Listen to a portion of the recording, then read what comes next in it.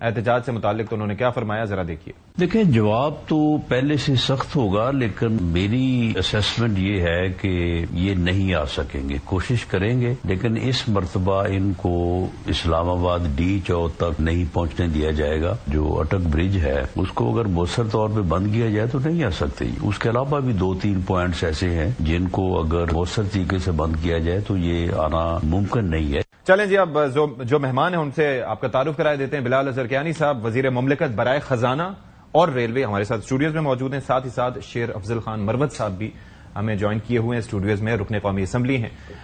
شیر افضل صاحب، کیا لگ رہا ہے معاملہ ابھی تک؟ پہلے ہماری بات ہوئی تھی جب نام آیا تھا سہیل آفریدی صاحب کا، اب وزیر اعلیٰ بن گئے ہیں تو خود چلا رہے ہیں، کون چلا رہا ہے، یا چل رہی ہے ابھی حکومت کے پی میں؟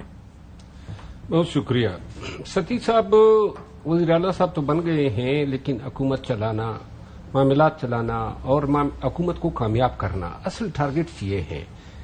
علی امین خان کو اٹھایا گیا، یہ ایک چیز کا ادراک نہ ہو سکا پی ٹی آئی کو کہ علی امین خان بڑی مشکل سے اس وقت اس نے حکومت کی باغ ڈور سنبھالی، توازن قائم کیے رکھا تاکہ حکومت چل سکے۔ جو حالات ہیں ملک میں، جو سیاست ہے، جو نئے وزیر اعلیٰ صاحب آئے ہیں اور جس طریقے سے چیزیں جو ہیں آہستہ آہستہ تصادم کی طرف بڑھ رہی ہے، پھر یہ جو ابھی آپ نے آہستہ آہستہ یہ پہلے دن سے، وہ پہلی اسپیچ سے دیکھیے، آہستہ آہستہ کوئی سینیٹی اس طرح نہیں پریویل کر رہی ہے کہ کوئی اصلاح کی بات کرے، مصالحت کی بات کرے، کوئی جو ہے رواداری کی بات کرے۔ ادھر سے بھی اب آپ نے یہ جو بیانات سنائے جنید اکبر صاحب کے یا سلمان اکرم راجہ صاحب کے اور بیرسگور صاحب کے، ایک چیز آپ نے دیکھی ہوگی، تینوں کے بیانات ایک ہی ایشو پہ مختلف ہیں۔ That's what I'm saying. کہ اب اگر کوئی انقلاب لانا ہے یا کوئی آپ نے ایجیٹیشن کرنی ہے تو سب سے پہلی بات تو یہ ہے نا کہ آپ سب کا ایک پوائنٹ پر ہونا ضروری ہے۔ اسٹریٹجی کیا ہوگی؟ یہ جتنے بھی اب احتجاج ہو رہے ہیں گزشتہ 1 سال سے، خاص کر نومبر کے بعد، کوئی اسٹریٹجی نہیں ہوتی ہے، کوئی طریقہ کار نہیں ہے، کوئی جو ہے موبلائزیشن کا طریقہ نہیں ہے، لیڈرشپ کو کہاں پہنچنا ہے، ورکر کو کہاں پہ پہنچنا ہے۔ اور یہ جتنی تضادات کا شکار ہیں، خصوصاً نومبر کے حوالے سے، وہ ایک کہہ رہے ہیں کہ ہم سڑکوں پر ہوں گے، دوسرا کہہ رہے ہیں ہم عدالتوں میں ہوں گے، تیسرا کہہ رہے ہیں خان صاحب نے ابھی فیصلہ نہیں کیا ہے۔ تو نومبر بھی شاید سوچ رہا ہے کہ میں آؤں کہ نہ آؤں، جس انداز سے یہ بیانات میں تضادات ہیں۔ خان صاحب نے تو اگست میں کہہ دیا تھا کہ نکلیں، پیک پہ ہوگی 5 اگست کو تحریک۔ دیکھیں، خان صاحب کی خواہش بھی یہی ہے، اور اگر صحیح معنوں میں دیکھا جائے تو پی ٹی آئی کی سیاست کی اشد ضرورت بھی یہی ہے، لیکن پی ٹی آئی کی گلو خلاصی سوائے احتجاجی سیاست کے کوئی دوسری شکل میں نہیں ہے۔ لیکن مسئلہ ہے احتجاجی سیاست کرے گا کون؟ میں بار بار یہ کہہ چکا ہوں کہ پی ٹی آئی کی جو احتجاجی سیاست ہے، وہ طاقت یا وہ جو احتجاجی سیاست کی جو قوت ہے وہ انتہائی کمزور ہو چکی ہے۔ یعنی کہ یہ جو ابھی آپ نے رانا صاحب کا بیان سنایا کہ جی یہ اس دفعہ ہم اٹک پار بھی یہ نہیں کراس کر سکیں گے، میں یہ دیکھ رہا ہوں کہ جس طریقے سے یہ احتجاج کے معاملات پہ ڈیوائیڈڈ ہے۔ دوسری بات یہ ہے کہ سارے توقعات نئے وزیر اعلیٰ صاحب سے انہوں نے باندھ لیے ہیں۔ اب نیا وزیر اعلیٰ صاحب کو اتنے امتحان میں ڈالنا، پھر صوبائی حکومت کو جو ہے اس طریقے سے کنفرنٹ کرانا، میں تو نہیں سمجھتا ہوں کہ یہ چیزیں وزڈم پر مبنی ہیں۔ اچھا ٹھیک، اس پہ آتے ہیں۔ پھر مجھے یہ بتائیں کہ یہ پہلا بیان احتجاجی سیاست کا چیمپئن ہوں، اب جس طریقے سے پریشر بلڈ ہوتا ہے، کہتے ہیں جی اسلام آباد آتا ہوں، کیا سوچ ہے وفاقی حکومت کی؟ جی بسم اللہ الرحمن الرحیم۔ ستی صاحب بہت شکریہ اپنے شو پر دعوت دینے کا۔ یہ کافی نا، یہ ایک ریپیٹ کیسٹ ہے۔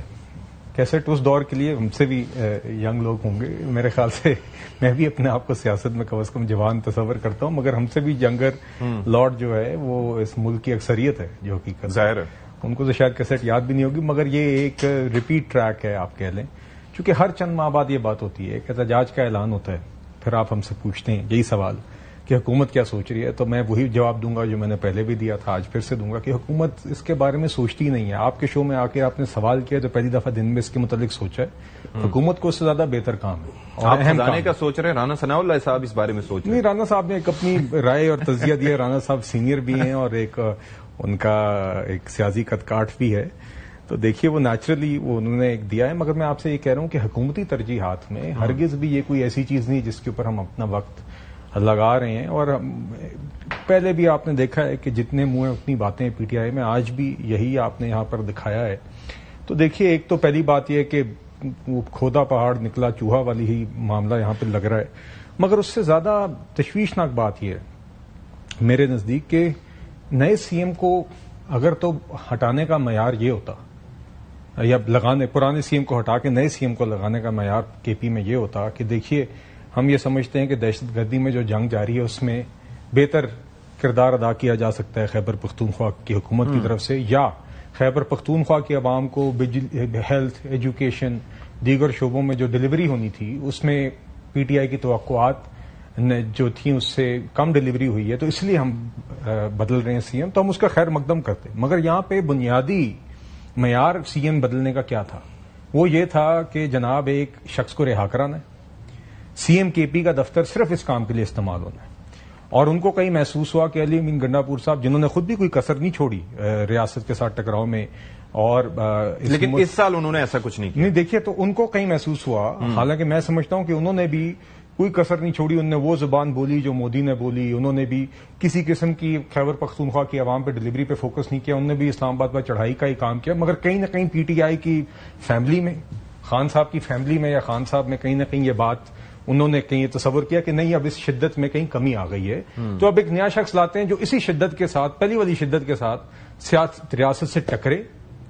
ریاست جو دہشت گردی کے خلاف جنگ لڑ رہی ہے اس کے اندر ایک رکاوٹ بنے، باقاعدہ یہ رکاوٹ بننے والی بات ہے. دیکھیے اور تو یہ معیار تھا. اور اس لیے آپ دیکھیے کہ عام طور پہ چیف منسٹر کوئی بھی کہیں کا ہوتا ہے تو پہلی تقریر وہ آ کے کیا کرتا ہے؟ وہ کہتا ہے کہ میں آ کے خیبر پختونخوا کی عوام کے لیے یہ کروں گا وہ کروں گا. اچھا، چیف منسٹر پنجاب کی تقریر تھی مجھے یاد ہے پچھلے سال جب ہم تھے، تو آپ اس کے اوپر ایک ڈبیٹ کر سکتے ہیں. میرے خیال سے she is performed very well, but یقیناً اٹس ڈفرنٹ بیکاز ان کی اپنی پارٹی کی وفاق میں حکومت تھی تو اٹس ڈفرنٹ. نہیں دیکھیے چلیں آپ اور صبح جب آپ ایک صوبے کے چیف منسٹر ہیں، آپ کے پاس ایک بجٹ ہے، آپ کے پاس ایک فنڈ ہے، آپ کے پاس ذمہ داریاں ہیں، آپ کے پاس اختیارات ہیں، جس کے بنیادی کام آپ کا اس صوبے کے اندر ایڈمنسٹریٹولی سروس ڈلیوری کرنا، عوام کو دینا ہے. آپ کی تقریر میں بطور چیف منسٹر کہیں پہ اس چیز کا تذکرہ ہی نہیں آتا. آپ یہ کہتے ہیں کہ یہ مجھے ان کا یہ جملہ بڑا عجیب لگا اس تقریر میں. ایک تو ان کا فوکس یہ تھا کہ میں نے صرف ایک شخص کو رہا کرانا ہے، اور اس کرسی کا واحد استعمال یہ تو خیبر پختونخوا کی تو عوام اس میں کہیں فیچر ہی نہیں کرتی. اس کی سروس ڈلیوری، اس کے مسائل، اس کے ضلعوں کے مسائل، ہیلتھ، ایجوکیشن، پانی چھانی، یہ چیزیں تو ان کے لیے فگر ہی نہیں کرتی. دوسری بات جو انہوں نے بہت عجیب لگی، انہوں نے کہا کہ اگر مجھے فلانا شخص کہہ دے گا تو میں اس کرسی کو جو چیف منسٹر کی کرسی تھی میں اس کو لات ماروں گا اور یہ وہاں پڑی ہوگی. اچھا، یہ جملہ مجھے تو بہرحال بہت عجیب لگا تھا، چونکہ دیکھیے یہ جو عہدے ہم سب کا اس کے اوپر ایک آنا جانا ایک عارضی چیز ہے، ایک ٹیمپرری چیز ہے. تو ہم سے کسی بھی ایک شخص سے یہ اس ریاست کا ڈھانچہ اور یہ جو ذمہ داریاں ہیں یہ ہم سب سے بڑی ہیں. تو معذرت کے ساتھ کسی ایک شخص کی رہائی سے بڑا خیبر پختونخوا کے صوبے کی چیف منسٹری یا وہاں کی جو ذمہ داری ہے وہ اس سے لیکن اگر لایا جانا اس چیز سے مشروط ہو تو دیکھیے بہرحال بات یہ جی کہ دیکھیے میرے خیال سے یہاں پر نہ اس کے احتجاج میں کچھ ہونا ہے اور نہ ہی حکومت اس کے بارے میں خاص سوچ رہی ہے. اور میری توقع ہے، میری امید ہے کہ دہشت گردی میں جنگ کے حوالے سے بھی اور عوام کے لیے جو فوکس جو اس پہ ہونا چاہیے اس کے حوالے سے بھی اپنی بات پر اور اپنے رویے پر غور کریں گے. مجھے یہ بتائیے، بندہ نیا ہے ٹھیک ہے، لیکن اور ایکسپیرینس اس حوالے سے اتنا نہیں ہے، لیکن آنے کے ساتھ ہی بانی نے تو کہہ دیا کہ چلو یہ ہے، اور اس کے لیے آپ نے بھی کہا کہ مقصد یہ تھا کہ جو کام علی امین گنڈاپور نہیں کر پا رہے تھے وہ یہ کریں گے. لیکن اب تک جو شروع سے ہی there is a method to the madness, یہ جو شروع سے ہی جو اقدامات ہیں کہ بلٹ پروف گاڑیاں دے رہے نہیں لینی، وزیر اعظم صاحب نے فون کر کے مبارکباد بھی دی، that should have been considered a step, لیکن آگے انہوں نے بلایا تو وہ نہیں گئے، بڑا اہم وہ اجلاس تھا. تو یہ کون مشورے دے رہے ہیں ان کو، یہ خود اپنے تئیں وہ فیصلے کر رہے ہیں اپنے دماغ سے؟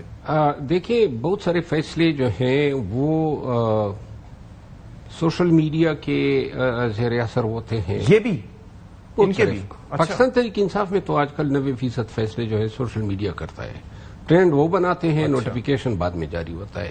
لیکن جو وزیر اعلیٰ صاحب کے فرسٹ ڈے سے لے کر اگر آج تک کا یہ ہم ملاحظہ کریں نا تو میرا خیال یہ ہے کہ جو ان کی تقریر ہے یقیناً الفاظ میں شدت تھی یا جو ان کے اسٹیٹمنٹس آئے، لیکن ان کے آمد سے قبل ہی جو ہمارے دو وزراء صاحبان نے جس انداز میں اس کو خوش آمدید کیا وہ بھی کوئی قابل عطا تارڑ اور اختیار ولی صاحب. ہاں جی ٹھیک، کیونکہ یعنی منشیات سے لے کر دہشت گردی کے سرپرستی تک کے الزام لگے، یہ بالکل انوارنٹڈ تھے. اب وزیر اعظم صاحب نے اچھا اسٹیپ اٹھایا کہ فون کیا انہوں نے، فون کیا، اور میرا خیال ہے کہ ریسیپروکیٹ ہونے چاہیے دونوں طرفین سے.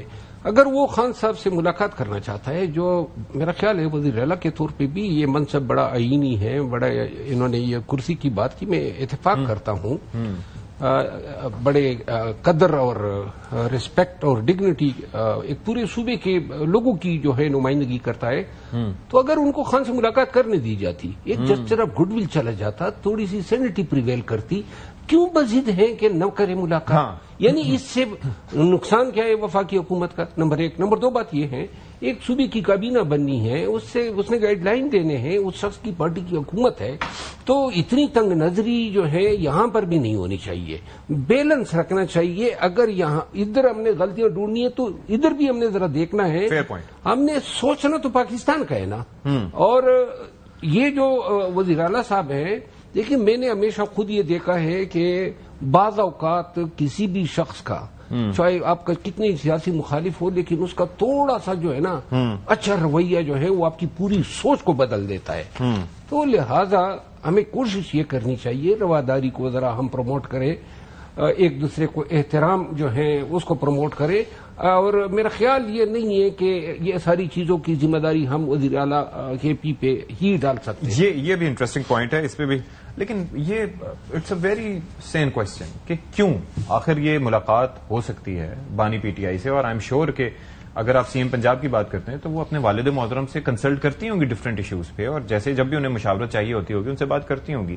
Same goes with this province کہ اگر ایک دفعہ آپ ان کو بنانے دیں اور ایک لیٹ ہم ورک، کیونکہ بیانات پہلے ادھر سے بھی آئے ادھر سے بھی آئے، پھر وہ گورنر صاحب والا بھی ایک وہ سلسلہ چڑھا کہ فونٹ نہیں میچ کر رہا، وہ بھی ایک عجیب سی ایک سچویشن کریٹ ہوئی. تو آپ کا وفاق کا بھی کام ہے نا کہ تھوڑا سا ایک ہاتھ آگے بڑھے. وفاقی حکومت کا تو کوئی کام نہیں ہے ایسے. پنجاب ہاں جیل حکام کا ایک ملنے دیں کیا مسئلہ؟ دیکھیے میرے لیے فرینکلی اٹس امٹیریل، ملیں نہ ملیں وہ جیل حکام کا ہے. جو بھی طریقہ کار ہوتا ہے اس کے تحت جو بھی کسی قیدی کو ملنے کا طریقہ کار ہوتا ہے اس سے مل لیں بے شک. اور پہلے بھی ملاقاتیں ہوتی رہی ہیں، اور کیا نکالیں گے ملاقاتوں سے، ملاقاتیں کر لیں. مگر مجھے تو لگ یہی رہا ہے کہ انہوں نے بہرحال ایک اعلان کیا ہے خان صاحب نے اس شخص کو لگا کر سی ایم کے پی کہ انہوں نے ریاست سے ٹکراؤ کا ایک نیا اعلان کیا. میرے نزدیک فرینکلی اس کے علاوہ کچھ بھی نہیں ہے.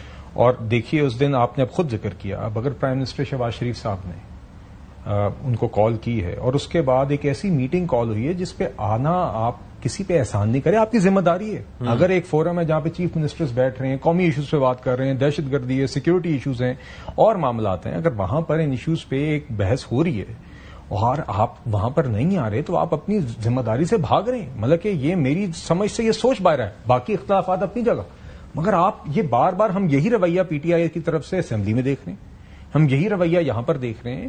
تو دیکھیے آپ یہ نہیں ممکن ہو سکتا کہ آپ جن فورمز پہ ایکچولی جہاں پر سنجیدہ بات چیت ہونی ہے، جس کے اوپر آپ ٹی وی پہ تو بات کرتے ہیں، مگر جب ہم آپ کو وہ فورم پرووائڈ کرتے ہیں کہ آئیں اس پہ بات ہونی چاہیے، آپ کے پاس ایک منصب ہے، وہاں پہ آپ نہیں آتے. آپ جعفر ایکسپریس حملے کے بعد ان کیمرہ سیکیورٹی بریفنگ پہ نیشنل اسمبلی میں نہیں آتے. آپ پہلگام واقعے کے بعد میڈیا بریفنگ جو ہوئی تھی جس میں ان کو دعوت دی گئی تھی، آپ اس میں نہیں آتے.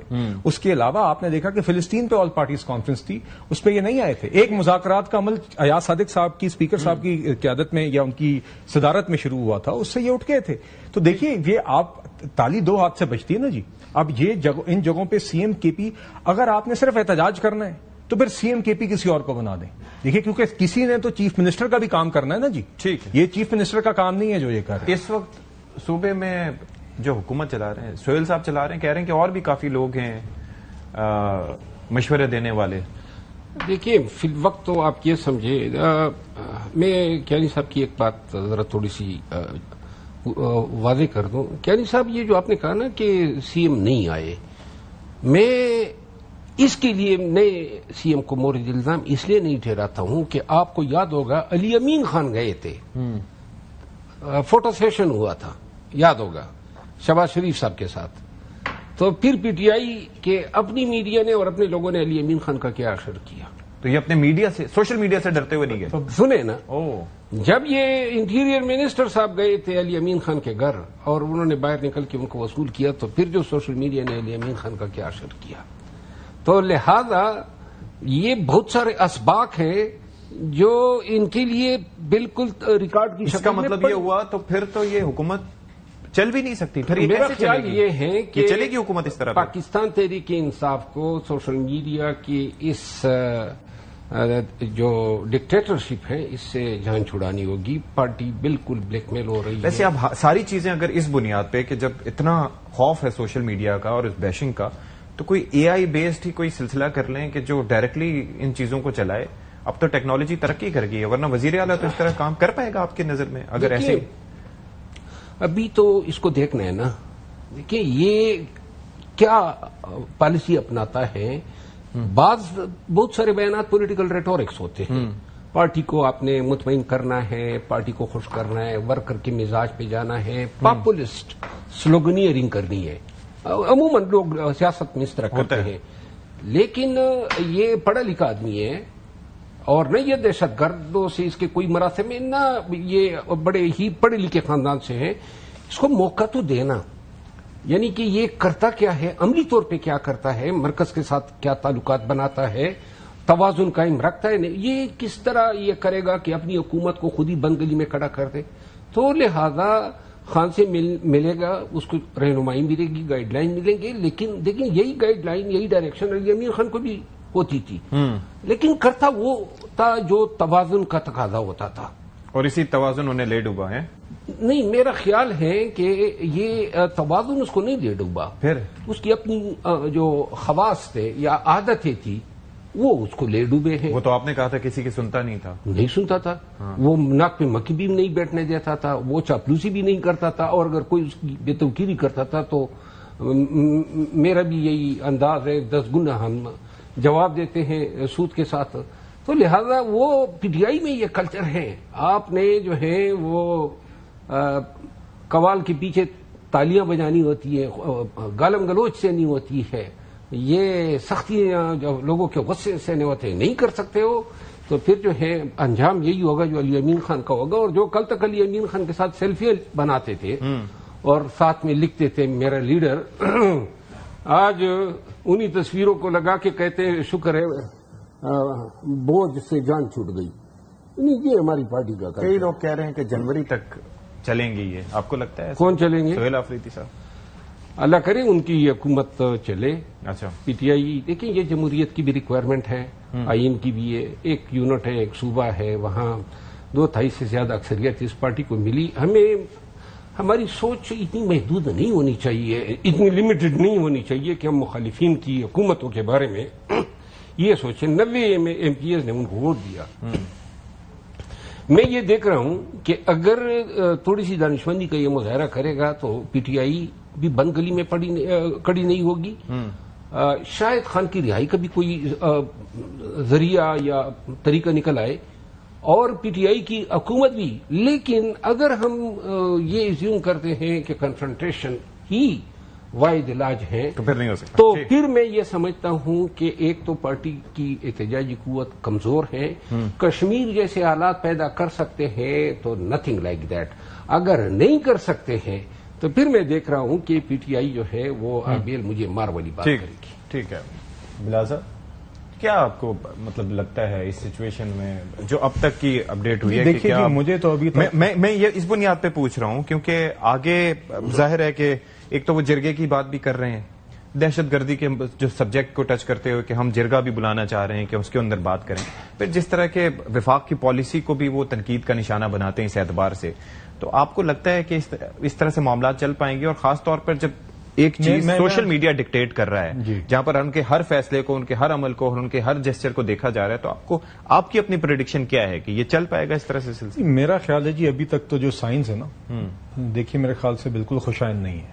میں مروت صاحب کی بات کو آگے لے کے چلتا ہوں انہوں نے بھی بات کی کہ جی دیکھیے حکومت آگے چلتی ہے جمہوریت کے تقاضے. ہم نے تو اس پہ بات ہی نہیں کی کہ حکومت چلنی چاہیے نہیں چلنی چاہیے. ہم تو یہ کہہ رہے ہیں کہ جو چیف منسٹر کا کام ہے آپ وہ کام کریں. دیکھیے نا, اور ابھی تک نہ ہمیں ان کی نئے چیف منسٹر کی تعیناتی میں وہ بات چیت یا وہ فیکٹرز نظر آئے ہیں, وہ گفتگو ہی نہیں نظر آئی کہ عوام کے لیے آپ کیا کرنے جا رہے ہیں, دہشت گردی میں آپ ریاست کے ساتھ کھڑے ہو کے جنگ لڑیں گے. دونوں حوالوں سے باتیں 180 ڈگری اپوزٹ آئی ہیں. اور میرے نزدیک اب آپ نے کہا نا دیکھیے کہ اب آپ کا جو بھی چلیں آپ کا خیال سے کہ کوئی اور اسٹریٹجی اگر ہونی چاہیے جی, تو جو فورمز موجود ہوتے ہیں جہاں پہ آ کے آپ نے گفتگو کرنی ہوتی ہے. دیکھیے ایک ہماری فوج ہے روزانہ قربانیاں دے رہی ہے, خیبر پختونخوا میں فرنٹ لائن ہے دہشت گردی کے جنگ میں, ادھر ہمارے روزانہ لانس نائک, ہمارے سپاہی, ہمارے بھائی, ہمارے بیٹے میجر, کیپٹن, لیفٹنٹ کرنل یہ شہید ہو رہے ہیں. ایون پولیس کے CTD اور آپ جب ڈیسائیڈ کرتے ہیں کہ آپ نے ادھر ایپیکس کمیٹی کی میٹنگ میں بھی نہیں آنا, ادھر بھی نہیں آ رہے. نہیں دیکھیے نا ادھر بھی اگر آپ نے پرائم منسٹر کی بلائی ہوئی میٹنگ میں جس میں فیلڈ مارشل بھی موجود ہوتے ہیں, ویسے صوبائی سطح پہ میٹنگ جس میں چیف منسٹرز بھی موجود ہوتے ہیں, اگر آپ نے ادھر آ کے آپ کا جو بھی موقف ہے آپ آ کے وہاں پہ پیش کریں. دیکھیے نا مگر اگر آپ نہیں آئیں گے تو یہ دکھاتا ہے کہ آپ نہیں کرنا چاہتے. اسی طرح اگر جعفر ایکسپریس حملے کے بعد 3-4 گھنٹے کی ان کیمرہ سیکورٹی بریفنگ قومی اسمبلی کے فلور پہ ہوتی ہے تو اسی موضوع کو ڈسکس کرنے کے لیے ہوتی ہے نا, مگر آپ وہاں پہ آنے کو تیار ہی نہیں ہے, وچ شوز کہ آپ سنجیدہ نہیں ہیں اس معاملے کے متفقہ حل کے لیے. یہ باتیں آپ کی یہاں تک محدود ہیں. اس طرح نہیں ہو سکتا کہ آپ اکیلے بیٹھ کے کہیں کہ جی ہم اس کے خلاف بھی ہیں اور ہم نے کسی کے ساتھ جا کے بات بھی نہیں کرنی. تو یہ پھر کمپرومائز کرتی ہے اس دہشت گردی کی جنگ کو. تو میرے خیال سے جی اس میں اس سیریس ریویو کی ان کو سوچ کی ضرورت ہے.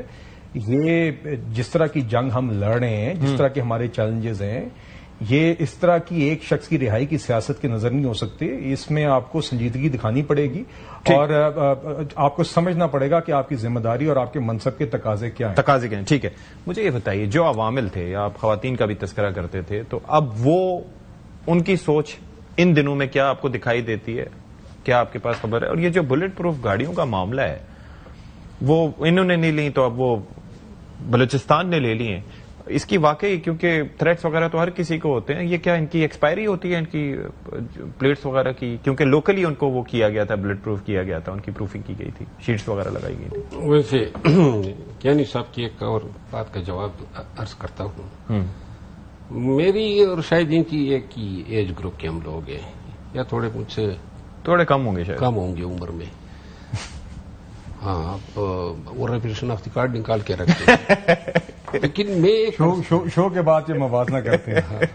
نہیں مجھ سے کم عمر تو ہے. اب میں عرض کروں نا, جب سے ووٹ سنبھالا ہے نا ہم حالت ہے جنگ میں. امریکہ اور ہم میں یہ مماثلت ہے, ساری زندگی ہم نے جنگ میں گزار دی ہے. جنگیں ختم ہو رہی ہے نا, حالات جو ہے ہر وقت ملک جو ہے وہ پڑوسی چینج تو نہیں کر سکتے نا, کیا کریں؟ نہیں میرا خیال ہے کہ ہم تھوڑا سا امن میں بھی آ جائیں. امریکہ جنگ مسلط کرتا ہے, ہم بیچارے سہتے ہیں یہاں پر. میں دوسری بات یہ عرض کروں, یہ جو بلٹ پروف گاڑیوں کی بات کی نا, یہ جو 3 گاڑیاں دی گئی اور واپس ہوئی, میں یہ سمجھتا ہوں کہ اگر پنجاب کی حکومت کو مرکز نے گاڑیاں دینی ہے, نہیں ہے پرانی ہے قطع نظر اس کے, لیکن یہ رجوع ہونا چاہیے وزیر اعلیٰ سے. اوکے, آپ آئی جی کو جو ہے بلاتے ہیں کہ جی ہم آپ کو گاڑیاں دے رہے ہیں, اور وہ جو ہے آپ کو نہ تو نہیں کر سکتا ہے. تو پہلی بات تو یہ ہے کہ یہ وزیر اعلیٰ کو آن بورڈ لیتے. کیا اس میں خرابی تھی کہ آپ ایک اس کی اپروول لیتے, یا پھر آئی جی کو چاہیے تھا کہ جب اس کے پاس یہ پیغام آیا تو وہ وزیر اعلیٰ سے جا کے کنسلٹ کرتا. لیکن اتنی بڑی چیز ہے کہ مطلب نہیں ہوا. انٹیریئر منسٹر نے اگر یا منسٹری نے اگر کیا رابطہ اور دے دی 3 گاڑیاں, تو اس میں اگر قباحت صرف یہ تھی گاڑیوں کی, میں آپ کو گاڑیوں کی میں نے ویڈیو دیکھ لی ہے. گاڑیاں ایک تو سیکنڈ ہینڈ ہوتی ہے نا, یہ کچھ زیادہ ہی سیکنڈ ہینڈ تھی. اچھا, ہاں یہ میں اس میں کوئی مبالغہ نہیں کروں گا. وہ میں خود بھی بلٹ پروف رکھتا ہوں اور میری ضرورت ہے, اور اس کے انواع و اقسام کو بھی جانتا ہوں, کوالٹی کو بھی. اسی لیے میں نے آپ سے پوچھا. یہ جو 3 گاڑیاں ہیں, انہوں نے کہا نا جی کہ فی گاڑی 10 کروڑ قیمت ہے. میں شاید پورے وثوق سے کہتا ہوں کہ یہ تینوں گاڑیاں بھی 10 کروڑ کی مالیت کی نہیں تھی. اوہ اچھا. ایک تو پرانے ماڈل تھے, اوکے, مطلب یہ کہ قطعاً یہ 8, 9, 2008, 7 اور 2012 تک میکسیمم ہو سکتے تھے. ٹھیک. نمبر 2 یہ فارن یعنی امپورٹڈ بلٹ پروف نہیں لگتے تھے, یہ لوکل میڈ بلٹ پروف تھے. تیسری بات یہ ہے کہ یہ شاید یعنی کہ کسی ادارے سے فالتو ہو گئے تھے تو ان کو دے دیے, سرپلس ہو گئے, آپ نے ان کو دیے. یہ اگر آپ نے دینے ہیں تو طریقہ کار صحیح, تو طریقہ کار بھی اپناتے اور کوئی کوالٹی کی چیز دیتے, جس سے بہت ساری چیزیں آپ ابھی دے سکتے ہیں. ان کو ہتھیار درکار ہے, ان کو ترمل درکار ہے, سب سے اہم ان کو جو درکار ہے وہ یہ جو آئی ڈی ہوتی ہے یا جس کو مائنز کا یہ شکار ہیں, فوج بھی شکار ہے. ٹھیک ہے, میں ذرا جواب لے لوں, لیکن وہ 600 ارب کا بھی مطالبہ کرتے ہیں نا کہ اس کا کوئی آپ نے حساب اگر وہ ہاں چلے جی, یہ وزیر فائنانس بھی ہیں تو پہلے یہ تصدیق کر لے کہ انہوں نے 600 ارب دیے ہیں. ٹھیک, دیکھیے وقت مختصر ہے. ستی صاحب بات یہ ہے, دیکھیے صوبوں کو ایک فنڈ ملتا ہے اور اچھا خاصا, آپ دوسرے صوبوں میں دیکھیں آپ کے پاس وسائل کی کمی نہیں ہوتی. خیبر پختونخوا کو 1% NFC میں سے وار آن ٹیرر کا اضافی ملتا ہے, مگر یہ تو آپ کے بنیادی کام ہے جو آپ کو ویسے ہی کرنے چاہیے. اگر آج اسلحے کی کمی ہے, بلٹ پروف گاڑیوں کی کمی ہے, تو یہ آپ کی انکمپٹنس کی, یہ وہی اسی بات کی تصدیق ہے جو ہم کہہ رہے ہیں کہ 10 سال سے آپ ان چیزوں پہ فوکس کریں. پنجاب کر رہے ہیں اور صوبے کر رہے ہیں, آپ اگر نہیں کر رہے تو یہ تو آپ کی نالائکی ہے. اوپر سے اگر وفاق نے کوئی چیز دی ہے آپ اس کو بھی انکار کر رہے ہیں تو بے شک آپ نہ لیں, مگر آپ خود ہی اس پہ انویسٹ کریں. Thank you so much Bilal Azhar Kiani صاحب, شیر افضل خان مربت صاحب for your time. We'll take a break, کے بعد حاضر ہوتے ہیں. Stay with us. Welcome back جی, پروگرام میں ایک بار پھر سے آپ سب کا خیر مقدم. اور اب ہمیں جوائن کر رہے ہیں year marshal retired Asim Suleman صاحب, اور ان سے ذرا ہم بات کریں گے. بہت شکریہ سر آپ کے وقت کے لیے. یہ مارکہ حق کو بنیان مرصوص کو تقریباً آپ یہ دیکھیے کہ مئی سے لے کے اب نومبر آنے کو ہے, لیکن بھارت کا درد ختم نہیں ہوا. ان کے ایئر چیف ہوں, ان کو 5 مہینے بعد یاد آتا ہے جب امریکی صدر ٹرمپ بارہا, یعنی کہ اب تو ان کا ایک چڑ بن گئی ہے بھارتیوں کی کہ وہ بارہا بتاتے ہیں کہ یہ طیارے گرے ہیں, 6 سے 7 طیارے گرے ہیں. پھر شک تھا تو انہوں نے یہ بھی بتا دیا کہ $150 بلین کا ایک ایئر کرافٹ ہے, دیٹس رافیل. تو اب بھی ان کا درد کم نہیں ہوا ہے. ایسا جو ہے وہ پاکستانی آرمڈ فورسز نے, بالخصوص پاکستان ایئر فورس نے جو ان کو چوٹ پہنچائی ہے. تو کیا وجہ ہے کہ وہ بار بار اس کو مینشن کرتے ہیں اپنی جو ایک وہ امبیرسمنٹ کو چھپانے کے لیے؟ کیا کیا ہے ایسا ہم لوگوں نے؟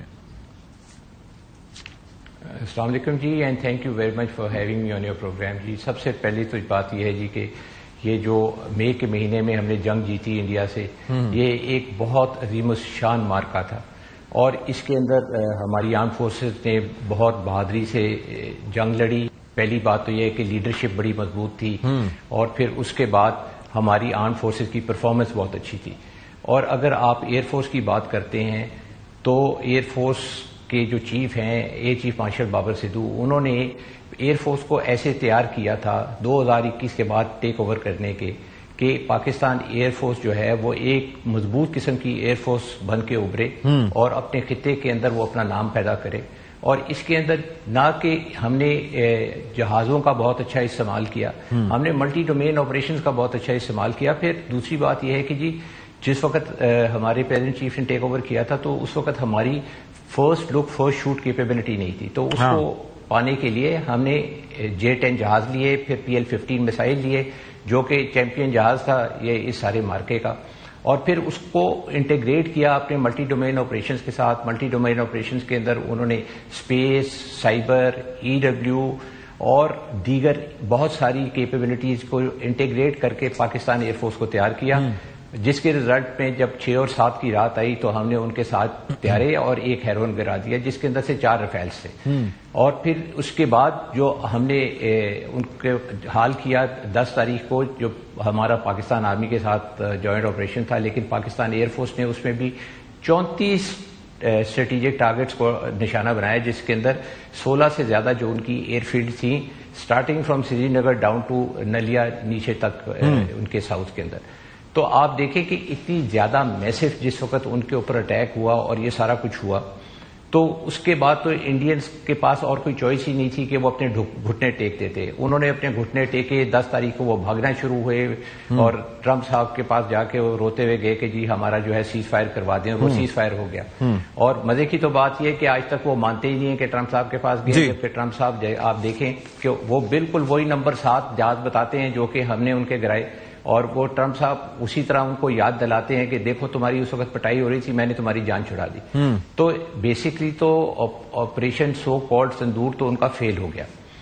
اور آپ دیکھیں کہ اس کے اندر ہماری جو پرفارمنس ہے وہ اتنی زبردست تھی کہ آج بھی انڈیا ان کو تکلیف ہے, جس طرح آپ نے بھی فرمایا کہ یہ کیا چیز ہے کہ جو ان کو بے چین کر رہی ہے. ایئر مارشل صاحب مجھے ایک چیز بتائیے کہ یہ جو آپ نے ملٹی ڈومین آپریشنز کی بات کی, جس کے اندر سائبر فورس بھی ہے, جس کے اندر آپ کی اس کے ساتھ ساتھ ہم نے دیکھا الیکٹرانک وارفیئر کس طرح سے استعمال ہوا, اور جو انٹیگریشن خاص طور پر جو ہم نے دیکھی مختلف آپ نے ہمارے ایسٹس کی, تو یہ بھارت کے لیے آپ سمجھتے ہیں کہ اس سے بڑا دھچکا یہ تھا کہ چیزیں ایسٹس ہونا بڑی چیز نہیں ہوتی, لیکن ان کی یوٹیلائزیشن بڑی میٹر کرتی ہے. کیونکہ انڈیا کو بھی دیکھا جائے ان کے پاس سو-30 بھی تھا, ان کے پاس رافیل بھی تھا, ان کے پاس اپنے بھی ایئر کرافٹ جو تھے وہ کافی بہتر تھے. ایئر کرافٹ برے نہیں تھے, لیکن ان کو یوٹیلائز کس طرح سے کیا, that was an issue. Don't you agree? جی بالکل آپ صحیح فرما رہے ہیں. دیکھیں جی, اگر آپ ایپل ٹو ایپل کمپیئر کریں تو شاید رافیل کی کچھ کیپیبلٹیز جو تھیں وہ J-10 سے زیادہ تھیں. اگر آپ میسائل کو کمپیئر کریں تو اس کے اندر جو ان کا میٹیور تھا اس کے اندر ویسٹرن ٹیکنالوجی تھی, یہاں پہ چائنیز, ہاں جی ہمارے پاس چائنیز ٹیکنالوجی تھی.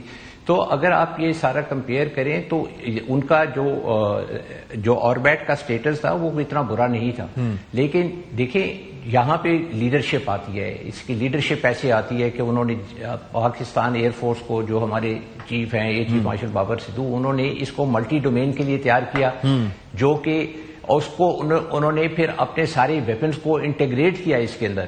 اور اس کو انٹیگریٹ کر کے جس وقت آپ دیکھیں وہاں سے ان کے جہاز ایئر بورن ہوئے تو ہم نے اس کو اینٹیسپیٹ کیا, اور وہ ہمیں سائبر کے تھرو پتا چل رہا تھا. کیونکہ آج کل کے تو زمانے میں جی پہلی جو کہتے ہیں کہ the first bolt is fired in the cyber space then the air space, تو وہ ساری چیزیں جو تھیں وہ سائبر کے تھرو ہمیں پتا چلنی شروع ہو گئی. پھر ہم نے جس وقت یہ ان کا ایئر کامبیٹ شروع ہوا تو ایئر کامبیٹ کے اندر ہم نے ان کو حواس باختہ کر دیا. وہ کیسے کہ ہم نے ان کے اوپر EW کی بھرمار کی, اس کے اندر ہم نے سائبر کی بھرمار کی. سائبر سے ان کے جو تھے لنکس ڈاؤن ہو گئے, EW سے ان کو کمیونیکیشن جیم ہو گئی, ان کے ریڈارز جیم ہونے شروع ہو گئے. پھر اسپیس آئی, اسپیس سے ان کی جو ان کو گائیڈنس مل رہی تھی ان کے جو ڈیجیٹل پلیٹ فارمز تھے اس کے اوپر, تو وہاں پہ بھی ان کو ایک چیلنج آ گیا. تو یہ سارا کچھ وہاں پہ اتنی جلدی ہوا اور اتنے زیادہ انٹینسٹی سے ہوا کہ ان کی جو تھی وہ جو تھے نا, یہ جس کو ہم اپنی لینگویج میں سچویشن اویئرنیس کہتے ہیں, وہ سچویشن اویئرنیس اتنی ڈیگریڈ ہو گئی کہ وہ اپنے جو تھے ٹیکٹکس کو اور اپنی چیزوں کو امپلیمنٹ نہیں کر سکتے. جس طرح آپ نے کہا کہ جس طرح آپ نے کہا کہ ان کے پاس کیپیبلٹی تو تھی, capability as stand alone capability تھی, ان کے پاس انٹیگریٹڈ کیپیبلٹی نہیں تھی اور ملٹی ڈومین میں کیپیبلٹی. ٹھیک ہے, اب مجھے ذرا یہ بتائیے گا کہ اب ظاہر ہے کہ سچویشن ایوالونگ ہے اور آپ کو پتا ہے کہ ہر لمحہ آپ, ظاہر ہے کہ جب اس طرح کی کوئی چیز ہوتی ہے تو آپ اپنی بھی چیزوں کو دیکھتے ہیں اور پھر اپنے آپ کو مزید اپ گریڈ کرنے کا بھی سوچتے ہیں. انڈیا بھی ظاہر ہے کہ جتنا اس کا دفاعی بجٹ ہے اسی حساب سے وہ انویسٹمنٹ زیادہ کر سکتا ہے اور کر بھی رہا ہے. ظاہر ہے کہ وہ 5th جنریشن ایئر کرافٹ کے حوالے سے بھی Su-57 کو بھی کنسیڈر کر رہا ہے. پھر اس کے بعد ساتھ ہی ساتھ اس کو پہلے امریکہ نے جو آفر کیا تھا F-35 کا, پتہ نہیں اس کا کیا سلسلہ بنے گا. ساتھ ہی ساتھ ابھی میں پڑھ رہا تھا کہ وہ اسکائی اسٹنگ نامی ایک میزائل ہے جو کہ رافیل نے ان کو آفر کیا ہے اور اسرائیل نے ان کو آفر کیا ہے کہ جی وہ تقریباً 250 کلومیٹر رینج کا ہے. 6th جنریشن ایک وہ ایئر ٹو ایئر میزائل ہے. تو وہ بیسکلی فرسٹ شوٹ کیپیبلٹی دوبارہ سے اس کو ری گین کرنا چاہ رہے ہیں. پاکستان کی تیاریاں اس اعتبار سے کیا ہیں, کیونکہ بھارت چپ تو نہیں بیٹھے گا, ہم کیا کر رہے ہیں اپنے آپ کو اپ گریڈ کرنے کے لیے؟ جی پہلے تو تھوڑا سا میں آپ نے پہلے کوشچن کیا تھا کہ ان کے جو آرمی چیف ہیں وہ بھی بڑی چھلانگیں لگا رہے ہیں اور ان کے ایئر چیف بھی جو ہیں وہ سوئے ہوئے جاگ گئے ہیں. تو ان کو ایک چیز پتا ہونی چاہیے کہ سندور 1 اور سندور 2 ان دونوں میں کوئی فرق نہیں ہوگا, فار دا ریزن بینگ کہ کوئی ایسی چیز نئی نہیں ہوگی وہ تب سے لے کے اب تک کہ یہ کوئی ایسا نیا کوئی وہاں سے وہ میجک باکس سے کوئی چیز نکالیں گے اور وہ اس کے ہمارے سامنے لا کے کھڑا کر دیں گے. ان کے پاس ایسی کوئی کیپیبلٹی نہیں ہے. لیکن میں آپ کو اتنا ضرور بتاؤں گا کہ پاکستان ایئر فورس نے جب یہ 10 مئی کا جو سیز فائر ہوا اس کے بعد ہی ہم نے سیکنڈ فیز کے لیے اپنی تیاری شروع کر دی. اور ماشاءاللہ سے کچھ ایسی چیزیں ہیں کہ جو وقت آنے کے اوپر India will again be surprised the way it was surprised. اور اس کے اندر ایئر فورس کے چیف اور ایئر فورس نے بہت زیادہ اپنی انویسٹمنٹ کی ہوئی ہے اور کر رہے ہیں آج کل. تو پہلی تو چیز یہ ہے کہ جی یہ بالکل بھول جائیں انڈینز کے وہ کچھ اور کرنے کے قابل ہوں گے. پھر اب آپ آ جائیں کہ آگے ہم نے کیا تیاری کرنی ہے یا 5th جنریشن. دیکھیں 5th جنریشن کے لیے تو جنوری 24 کو پاکستان ایئر فورس نے یہ اعلان کیا تھا کہ جی ہم J-35 جہاز لے رہے ہیں اور وہ Chinese have agreed in principle to provide us those and that deal is in pipeline. اور اس کے اوپر جو میسائل لگتا ہے جی اس کی 400 کلومیٹر رینج ہے. PL-17 میں نے یہ جو ابھی تو ہاں جی PL-17 اور ابھی ہم PL-15 کی تو بات کر رہے ہیں کیونکہ آپ دیکھیں کہ PL-15 کی بھی بائی دا بک جو رینج ہے نا جی وہ ہے 300 سے 350. تو اگر انڈیا کے پاس کوئی ایسی چیز آ بھی جاتی ہے تو ان کو یہ پتا ہونا چاہیے. اور یہی ہے کہ ان کے لیے سرپرائز تھی کہ ان کو ایگزیکٹلی رینج کا ہی نہیں اندازہ تھا. وہ جہاں اپنے آپ کو محفوظ سمجھ رہے تھے وہاں 350 اس کی رینج ہے. ٹھیک جی. تو آپ جس وقت گرانٹ کرتے ہیں نا اینیمی کو تو آپ اس کو میکسیمم رینج گرانٹ کرتے ہیں. تو جو میکسیمم رینج بائی دا بک جو چائنیز ڈکلیئر کی ہوئی ہے وہ PL-15 کی وہ 350 ہے. 300 سے 350. اور پھر یہ 300 350 اس لیے ہوتی ہے کہ اگر آپ ویری کریں اپنے پیرامیٹر جو کہ سوٹیبل ہوتے ہیں میسائل کو کنیکٹ کرنے کے لیے تو وہ 350 پہ بھی جا سکتا ہے. جہاں پہ اس کے پیرامیٹر کم ہو جاتے ہیں تو وہ تھوڑا سا شرنک کرے گا, وہ 300 سے تھوڑا سا نیچے آ جائے گا. تو یہ آپ اس کو دیکھ لیں کہ ہماری جو کیپیبلٹی رہی ہے وہ ہمیشہ سے ابھی پچھلی 5-6 سال کے اندر یہ آئی وڈ سے کہ 21 کے بعد ہماری بہت ہی سالڈ قسم کی پرفارمنس ہے اور سالڈ قسم کے ویپنز ہیں جو کہ انشاءاللہ تعالی انڈیا کو ہمیشہ سے سرپرائز کرتے رہیں گے. اچھا مجھے ایک اور چیز بتائیے گا کہ یہ اس وار فیئر میں ہم نے ایک اور چیز دیکھی اور خاص طور پر یوکرین کے بعد اور پھر ہم نے خود بھی ایکسپیرینس کیا کہ طیارے تو ظاہر رک جاتے ہیں لیکن ڈرونز جو ہیں وہ انڈیا کی سائڈ سے ہوں اور ہم نے بھی بڑا اس کے اندر احتیاط سے کام لیا تھا اور ہم نے بڑے ان کے ڈرونز مارے بھی ہیں. یہ پاکستان اس کے اوپر بھی بڑا انویسٹ کر رہا ہے اور اس کے اندر نہ صرف یہ کہ یہاں پر بلکہ کاؤنٹر ٹیررزم کے جو آپریشنز ہوتے ہیں اس کے اندر بھی ڈرونز کا بڑا اہم کردار ہے. بھلے وہ چائنا سے ہوں, خود اپنے پاس جو ہم ان کی پیداوار کر رہے ہیں یا پھر ٹرکی سے جو ہم لے رہے ہیں وہ کتنا ہمارے لیے ایک چیز افیکٹو ہے. اور دوسرا ساتھ ہی ساتھ یہ جو وار فیئر ہے جس میں آپ ڈرونز کو مارتے ہیں, بھلے وہ آپ کے لیزر کے ذریعے ہو, مائکرو ویو کے ذریعے ہو یا ہارڈ کل یا سافٹ کل, اس کے اوپر ہم کیا کر رہے ہیں سر؟ جی پہلی چیز تو یہ کہ جو انڈیا نے ہم پہ یہ ڈرونز کے اٹیکس کیے اس کے اندر ہم نے تو تقریباً 90 کے قریب ان کے ڈرونز گرا دیے. بالکل ایسے ہی. اور اس کا ہم نے پروف بھی دیا اور ہمارے پاس یہ کیپیبلٹی بھی ہے. ہم سافٹ کل بھی کرتے رہے, ہارڈ کل بھی کرتے رہے اور یہ ساری دنیا کو معلوم ہے. جبکہ ہم نے تو ڈرون حملے کیے انڈیا کے اوپر لیکن انڈیا نے تو آج تک ایک ڈرون نہیں دکھایا جو انہوں نے گرایا ہو. تو آپ اس سے دیکھ لیں کہ ہماری capability to attack India, to penetrate into India, to be available in their air space and yet perform. آپ دیکھ لیں کہ یہ پاکستان کی ایئر فورس کا کمال تھا. اور یہ ہم نے جتنے بھی ڈرون استعمال کیے ہیں یہ مار کے حق میں یہ سارے ہوم گرون تھے. اچھا. اور اس کے لیے میں آپ کو ایک چیز بتانا چاہوں گا کہ پاکستان ایئر فورس کا ایک ادارہ ہے نیسٹیپ جو ہمارے president chief marshal Babar Sidhu نے اسٹیبلش کیا. اور نیسٹیپ stands for national aerospace science and technology park. اس کے اندر یہ سارے جو ہے جتنی بھی ملٹی ڈومین کی ہماری جتنی جو ہماری کیپیبلٹی تھیں 99% جو ہیں وہ اس کے اندر بنائی گئی. تو یہ تو ساری ہوم گرون ہے. آپ کہہ رہے ہیں کہ جی ہم کیا کر رہے ہیں, ہم یہ کر رہے ہیں کہ جی سافٹ کل کی بھی ہمارے پاس کیپیبلٹیز ہیں, ہمارے پاس ہارڈ کل کی بھی کیپیبلٹیز ہیں ڈرونز کی, اور ڈرونز خود مینوفیکچر کرنے کی اور ان کو لانچ کرنے کی بھی ہیں.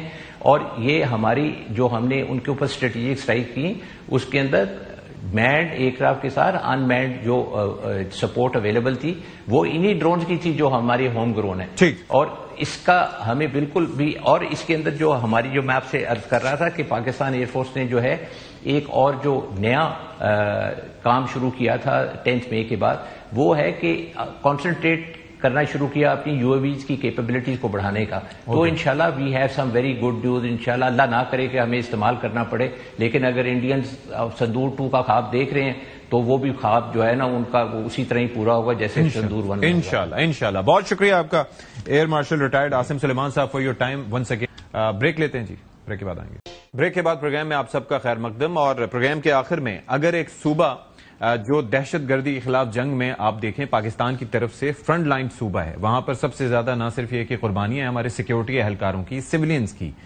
ساتھ ہی ساتھ سی ٹی ڈی ہو، محکمہ پولیس ہو، ہر کسی کی قربانیاں ہیں.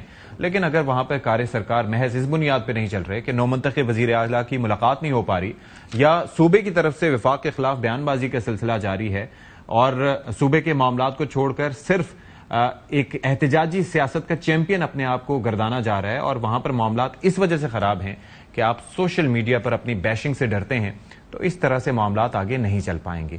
اور اس حوالے سے وفاق کو بھی تھوڑا سمجھداری کا مظاہرہ کرنا ہوگا، اور وزیر اعلیٰ صاحب کو بھی اپنے بیان پر کنٹرول کرنا ہوگا. پروگرام سے فی الحال اتنا ہی. اشفاق اسحاق ستی کو اجازت دیجیے. اللہ حافظ. ناصر.